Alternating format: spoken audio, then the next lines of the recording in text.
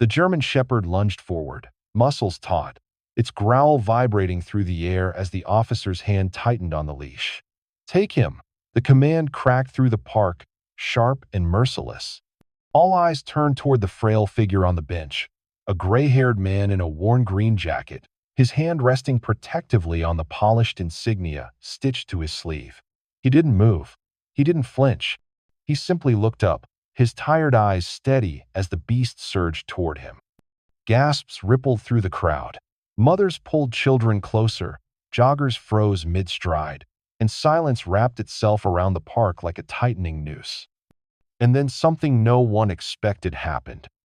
The man's hand reached not for defense, not to ward off the animal, but to embrace it.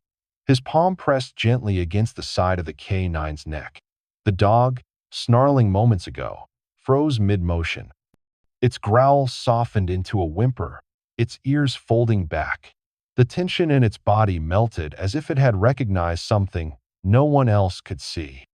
The officer holding the leash pulled harder, confused and angry. But the animal resisted.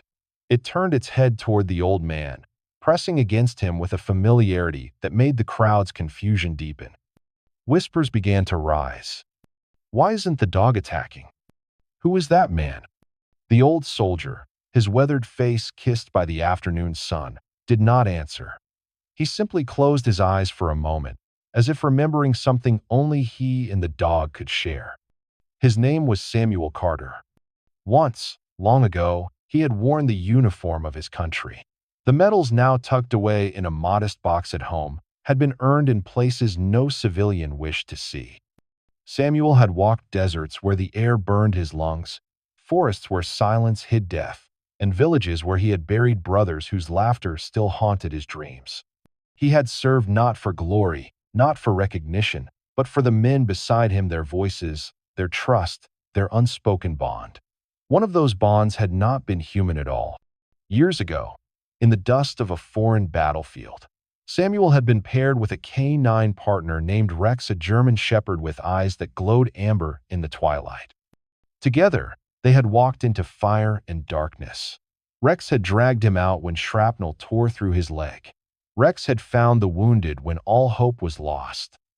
And when the war ended, Samuel was told the dog would be reassigned, separated from him as if years of loyalty could be filed away like paper.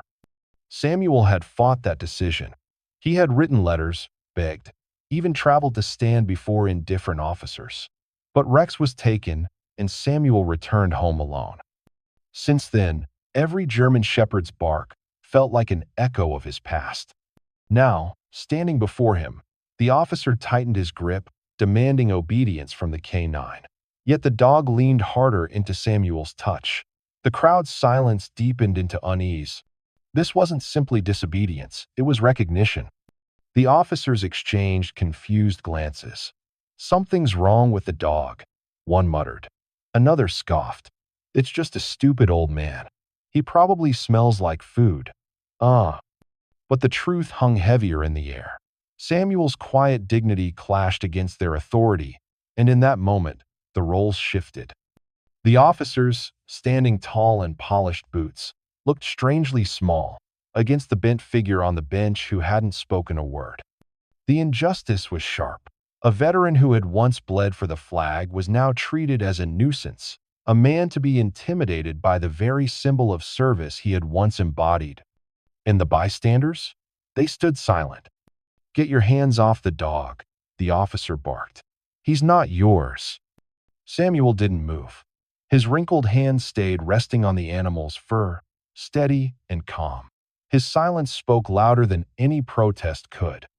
The leash strained again, but the German shepherd pressed closer, its body now shielding Samuel instead of threatening him. The crowd's whispers grew louder. Some pulled out phones, recording. Others shook their heads, uneasy, but no one stepped forward. The injustice was plain. Authority demanded blind obedience, but the dog refused. And Samuel, though frail, remained unshaken, his silence forming an invisible shield. There was a pause, heavy, electric, before Samuel finally spoke, his voice gravelly and low. "They never told you his real name, did they?" The officer frowned. What are you talking about, old man? Samuel's eyes opened, and for the first time, his voice carried strength. Rex. The name cut through the air like a command, like an echo from another life. The German shepherd froze. Its ears shot up. Then, with a movement that silenced the park entirely, it sat down beside Samuel, its head pressing into his lap. Gasps rippled again, louder this time. The leash slipped from the officer's hand as if burned. Samuel's eyes glistened, his voice soft but steady. You served with me once. You saved me by many, but not by Rex. Not by the people who stood witness that day, and not by the millions who would later watch, their own hearts trembling as they realized what true honor looks like. Because sometimes, the loudest voice is the one that never speaks at all. If this story moved you, take a moment to share your thoughts. Tell us where in the world you're watching from, and what loyalty means to you. And if you believe silent heroes deserve to be remembered, subscribe for more stories that honor those who've given everything yet ask for nothing in return.